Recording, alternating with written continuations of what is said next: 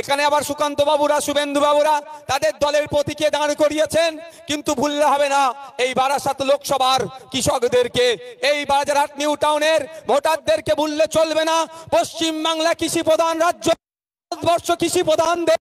পশ্চিম বাংলার 50% অধিক মানুষ সরাসরি কৃষিকাজের সাথে যুক্ত, আর প্রায় 70% মানুষ পরোক্ষভাবে কৃষিকাজের সাথে যুক্ত।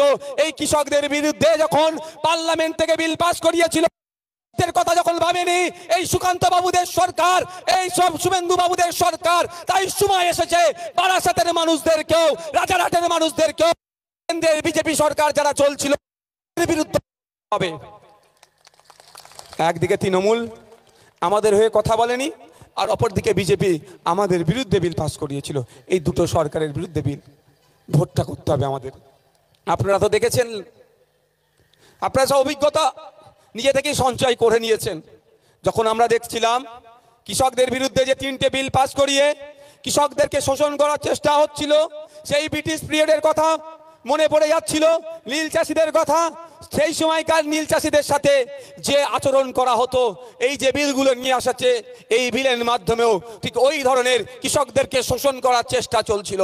তাই আমরা দেখলাম কৃষক বন্ধুদের এবং আমরা সকলে মিলে যে সমস্ত শক্তিরা শ্রমজীবী মানুষের কথা বলে, বঞ্চিত মানুষের কথা বলে, অত্যাচারিত মানুষের কথা বলে, ঐক্যবদ্ধ হয়ে কৃষকদের ডাকে সাড়া দিয়ে সারা ভারতবর্ষে যখন কৃষকরা ভারত সরকারের বিরুদ্ধে, তার নিয়ে আসা আইনের বিরুদ্ধে বন্ধের ডাক দিয়েছিল, পশ্চিম বাংলাতেও আমরা কৃষকদের স্বার্থের কথা ভেবে তাদের ডাকে সাড়া দিয়ে আমরা এই ভারত বন্ধকে সফল করার জন্য তাদেরকে সংহতি জানিয়েছিলাম, তাদেরকে সমর্থন জানিয়ে আমরাও রাজপথে নেমেছিলাম, আমরাও অলিতাগলিতে নেমেছিলাম, আমরাও এলাকা থেকে শুরু করে শহরেও কৃষকদের বন্ধকে, ডাকার বন্ধকে সফল করার জন্য আমরা ওখানে বন্ধে নেমেছিলাম।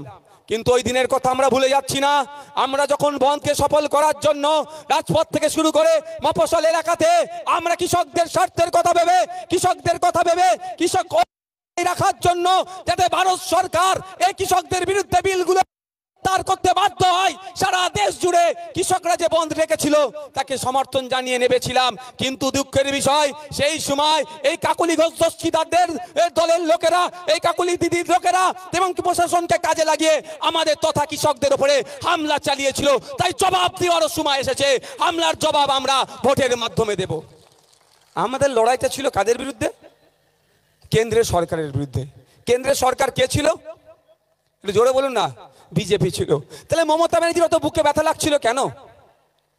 কাকলিদির অত বুকে ব্যথা লাগছিল কেন? একটু ভাবতে হবে। কাকলিদির বুকে ব্যথা লাগার কারণ আমার আগে তাপসদা আপনাদের বলেছেন কি নিয়েছিল লুকিয়ে। ওটা তো কেন্দ্রীয় এজেন্সি একটা মিস কল মেরে রেখেছে। যদি পশ্চিম বাংলায় বন্ধ সফল হয়ে যায় তাহলে দাদার কেন্দ্রীয় এজেন্সি হয়তো যে কটাকে মিস কল মেরে রেখেছে কি করতো, কল করে পুরো তিহার জেলে রেখে দিত। সেই জন্য দাদার বিরুদ্ধে ডাকা বন্ধকেও সফল হতে দেওয়া যাবে না। মমতা ব্যানার্জি তার দলের সাঙ্গপাঙ্গকে, গুন্ডা মস্তানকে রাস্তায় নামিয়ে দিয়ে সেই দিনকে কথা আমরা ভুলছি না। কৃষকদের উপরে আক্রমণ করেছিল, আমাদের কর্মী সমাজদের উপরেও আক্রমণ করেছিল। তাই কৃষক বন্ধুদের উদ্দেশ্যে বলবো, তাই সময় এসেছে কৃষকদের পরিবারের উদ্দেশ্যে বলবো, এর যোগ্য জবাব আমরা বিজেপির বিরুদ্ধে যেমন দেব, তৃণমূলের বিরুদ্ধেও দেব। আগামী জুন মাসের 1 তারিখে এই বিজেপি এবং তৃণমূলের বিরুদ্ধে ভোট দেবেন। কামচিহ্ন ভোট দিয়ে আমাদের মধ্যে থেকে তাপস ব্যানার্জি মহাশয়কে পার্লামেন্টে পাঠাবেন। পার্লামেন্টে গিয়ে তিনি একদিকে কৃষকদের কথা বলবেন, শ্রমজীবী মানুষের কথা বলবেন, আপনার শিক্ষার অধিকারের নিয়ে কথা বলবেন। আপনারা জানেন ন্যাশনাল এডুকেশন পলিসি 2020 নামে যে পলিসি নিয়ে এসেছে কেন্দ্র সরকার, বিদায়ী কেন্দ্র সরকার নিয়ে এসেছে, সেই পলিসি এমন জায়গায় দাঁড়াচ্ছে যার বাবার অর্থশালী, যার বাবা প্রভাবশালী, যার এক কথায় তাকে টাকা আছে, তার সন্তানরা পড়াশোনা করতে পারবে। আর আপনার আমার খেটে খাওয়া সমাজের ছেলে মেয়েদের সন্তানগুলোকে সেই অর্থে আর পড়াশোনা করার সুযোগ থাকবে না। এর বিরোধিতা কিন্তু পার্লামেন্টে কাকলি দিদি করলেন না। তাই আমরা যারা শ্রমজীবী মানুষ, দিন আনে দিন খাই, সকালে মাঠে যাই, সন্ধ্যায় মাঠে ফিরি, সবজি বিক্রেতা, ভ্যান চালক, কলকারখানায় কাজ করি, আমরা ন্যূনতম মজুরি ঠিকঠাক পাচ্ছি না, তাদের বলবো ঐক্যবদ্ধ হন। আপনার অধিকারের জন্য আগামী দিনে পার্লামেন্টে গিয়ে আপনার মজুরি যাতে বৃদ্ধি হয় তা হওয়া থেকে শুরু করে আপনার যে সমস্ত অধিকারগুলো হনন হচ্ছে সেই বিষয়ে সোচ্চার হবে, আওয়াজ তুলবে বলিষ্ঠ কণ্ঠে। তাই জনগণের উদ্দেশ্যে বলবো, আমাদের ভুলে গেলে চলবে না। নুপুর শর্মার কথা মনে আছে তো নাকি? মনে আছে তো? নবান্নের 14 তলা থেকে কি বলেছিলেন মমতা ব্যানার্জি? যে নুপুর শর্মা যখন হযরত মুহাম্মদ সাল্লাল্লাহু আলাইহি সাল্লাম সম্পর্কে কুমন্তব্য করেছিল, অশ্লীল মন্তব্য করেছিল, অবাঞ্ছিত মন্তব্য করেছিল, পশ্চিম বাংলার ধর্মপ্রাণ মুসলমান যখন গণতান্ত্রিক প্রক্রিয়াতে এর প্রতিবাদ করছিল, মাননীয় তখন কিন্তু আমাদের উদ্দেশ্যে বলেছিল, মুসলমানদের উদ্দেশ্যে বলেছিল, ধর্মপ্রাণ মানুষের উদ্দেশ্যে বলেছিল, এটা দিল্লির বিষয়, দিল্লি গিয়ে প্রতিবাদ করো। থেকে আমরা বলছি না, হ্যাঁ এটা দিল্লির বিষয় আপনি বলছেন, আমার রাজ্য অধিকারের প্রতিবাদের অধিকার আছে, তারপরও আপনি আমাদেরকে অপমানিত করেছেন। আপনি হযরত মুহাম্মদ সাল্লাল্লাহু আলাইহি সাল্লামকে মাননেওয়ালা তার ফলোয়ার্সদেরকে আপনি অপমানিত করেছেন। তাই তারা প্রতিজ্ঞাবদ্ধ হয়েছে, আগামী দিনে আমরা তাপসকে দিল্লি পাঠাবো। অধিকারের কথা তাপস ব্যানার্জি দিল্লি থেকে লড়াই করবে, আর আমরা মাঠে ময়দানে গণতান্ত্রিক প্রক্রিয়াতে লড়াই করব। বলেছিল না দিল্লি গিয়ে আন্দোলন করতে? আমরা তো পশ্চিম বাংলা থেকে দিল্লিতে পাঠিয়েছিলাম আমাদের হয়ে আন্দোলন করার জন্য, করেনি, ব্যর্থ হয়েছে, আর আমাদেরকে টিপ্পিনি কেটেছে। তাই আমরাও কি করব?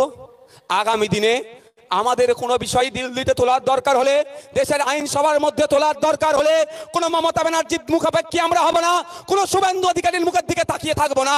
আমরা খামচিহ্নের পক্ষ থেকে, আমাদের পক্ষ থেকে আমরা আমাদের লোককে দিল্লিতে পাঠাবো। আমার সমস্যার কথা আমার লোক বলবে, আমার সমস্যার কথা, আমার সমস্যার কথা আমার লোক বলবে। অনেক হয়েছে ভাই, আমরা ভুলে যাচ্ছি না হরিচাঁদ ঠাকুর, গুরুচাঁদ ঠাকুরের নামকে নিয়ে যারা খিল্লি করেছে। মনে আছে তো নাকি আপনাদের?